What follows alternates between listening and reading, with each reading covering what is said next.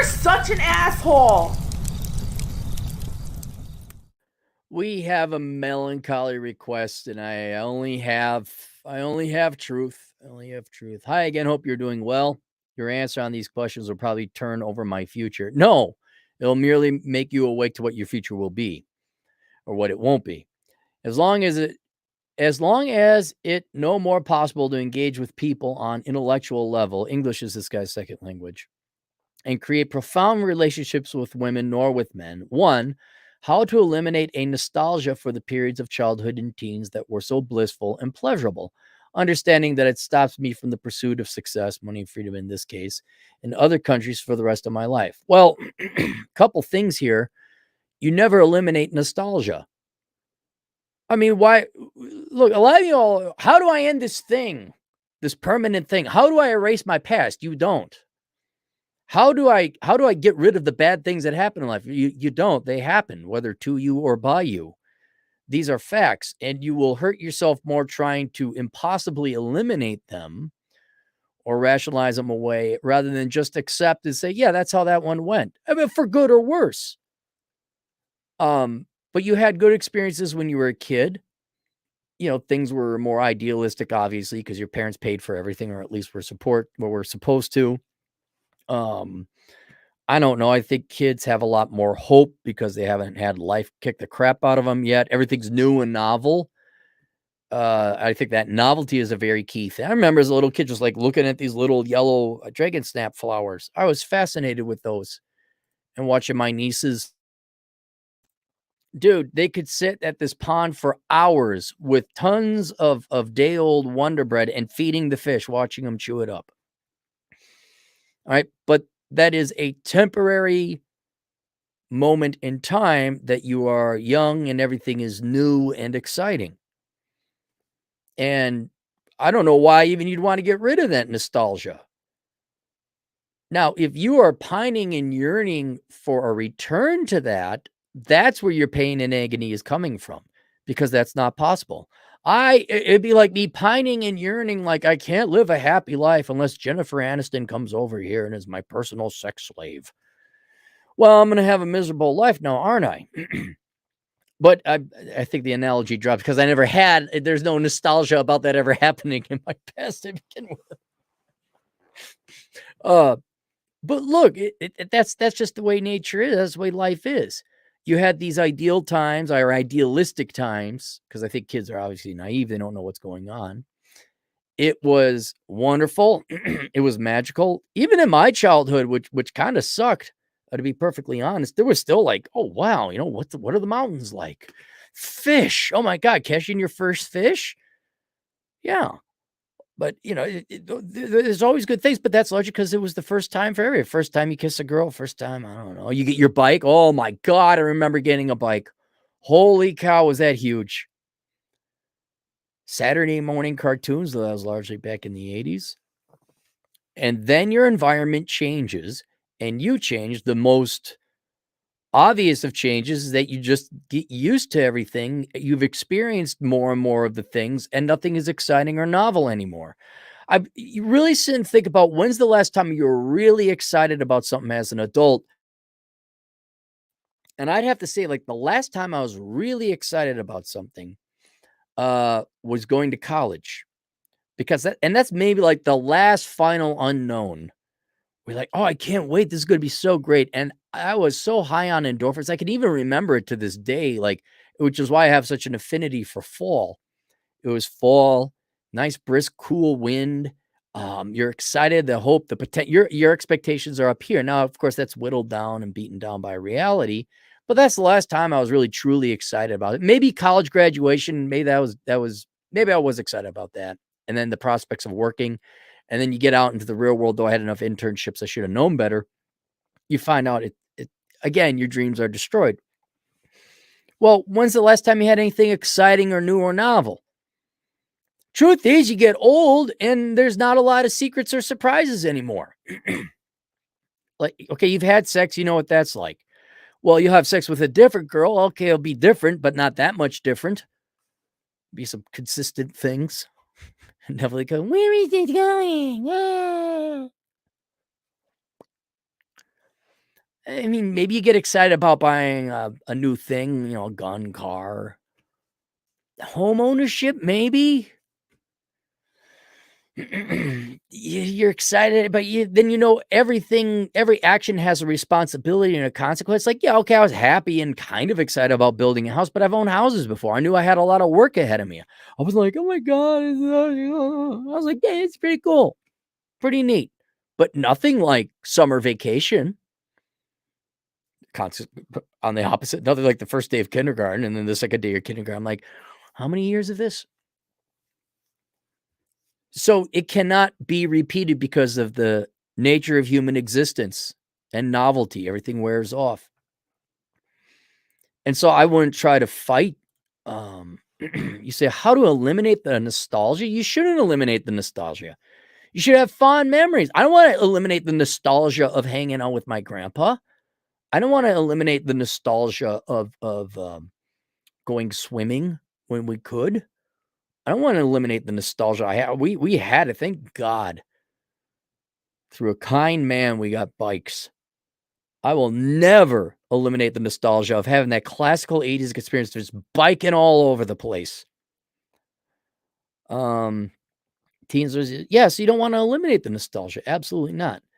Understanding that stops you from pursuit of success in other countries for the rest of my life. That's your problem, dude. That's a real problem. I don't know if you're using that as an excuse, like, I can't recreate it, so I'm not going to try. Well, then you're going to die. You're going to be really miserable because while you'll never get that nostalgia, you'll never be able to recreate the novelty of the first time for anything, riding a roller coaster, having a Big Mac, whatever it is. But that doesn't mean life does not have its joys and pleasures. This is why I link to the menu down below, not because we go back to the regular, okay, people aren't getting married, but you got to find a reason and purpose to live. And I got it right here. I even warn about what a challenge novelty or the dwindling, how things become common, how that's like that's always there, man. But what you want doesn't exist. So you can have the nostalgia and try and create new memories and new fun, which are not going to achieve that level of a high in the past. All right. Or you can mourn the loss that you're not going to have what you had back as a child, which was never, not even the richest man has that. Not even the richest man. Bill Gates can't get his grandpa back. Jeff Bezos doesn't have the time to go fishing and catch his first fish for the first time. And so that's never coming back. So accept that, but appreciate that you had it. And now the question is, what do you want to do with the rest of your life? If you want to pin your happiness on something that cannot happen in the real world, you're going to be miserable and no one can help you. And also stop being a whiny quanta about that. But do look forward to the things in life that will give you nowhere near the high of the past and try and do those things. And I enumerate them in the menu.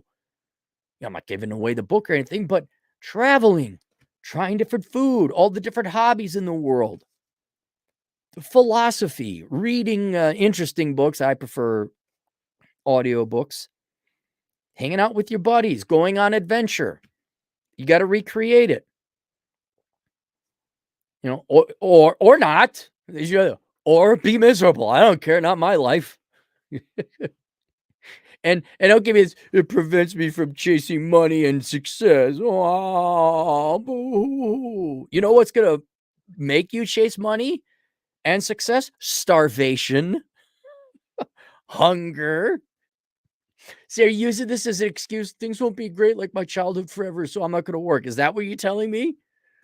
I don't know. It sounds like a recipe for absolute misery and poverty on top of it. 2, is it even worth to pursue these abstract forms of contentment and happiness for the cost of inspiration? Is it even worth to pursue these abstract forms of contentment and happiness for the cost of inspiration? I don't understand what that means.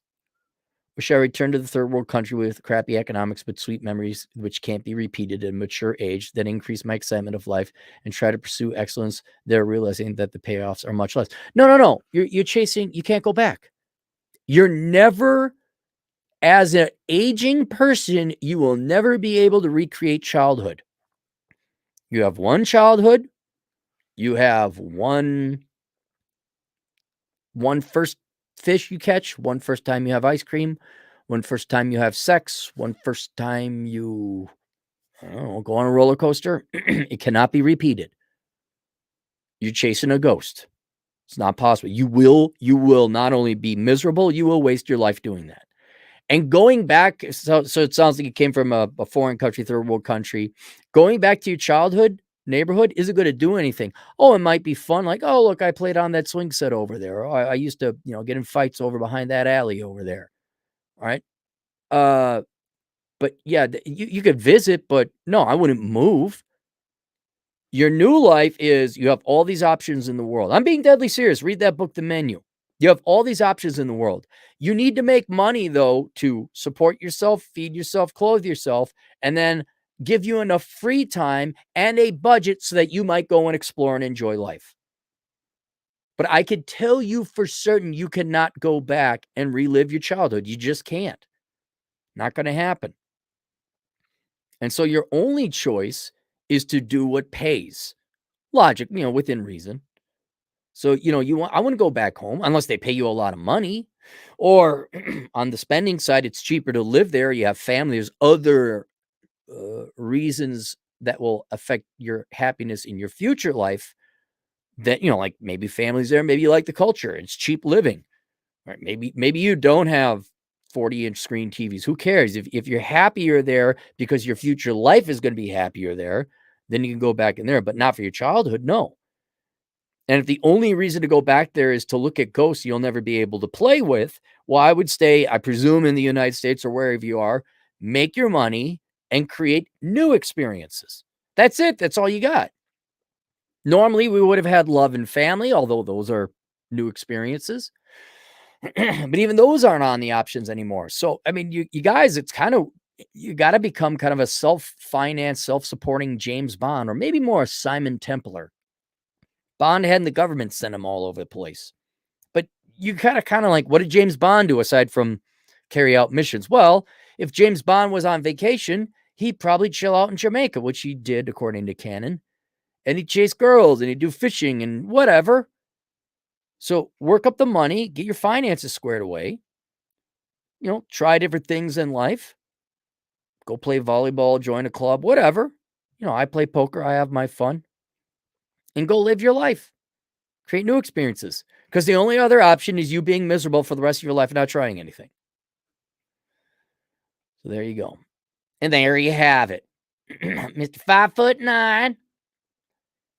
To get a smile from Cappy, $20. Well, thank you. Why? Did the guy give me a smile? Or did you want a smile? You're paying me to smile?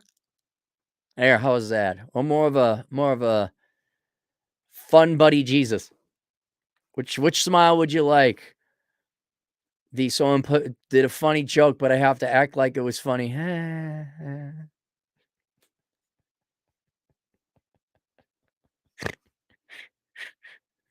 The liberal arts major single mom who's miserable and my age and is screaming on the social media how the world is so unfair. That's oh, wasted life, ma'am. Yes. There you go. You got some smiles. Yeah, the Saint. Yeah. Simon Templar. Yeah, for all you guys out there, I mean, if you're bored and looking for some, go watch before oh, not Sean Connery. Who was it? My God, his face is right there. Sean Connery and Michael Moore. No. Robert, why can't I think? Roger Moore. Roger Moore, before he came Bond, he was known as the Saint. He was on a television show called The Saint. And it was basically James Bond before he became James Bond. You got to watch it. It's really cool. He's just hanging around doing James Bond things, but he's not at the behest of the government. So he's just an international playboy. Oh, you guys would love the Saint. They did a remake with Val Kilmer. I don't know if it was good, but the Saint is that's aim for that life. There's always cute girls. They're like, oh my goodness, the famous Simon Templar. And then he looks at the screen. It's good. It's a good show. All right, there you guys go. Link to the menu below. The Blue Wrench is in the house. We'll see you guys later. Toodles.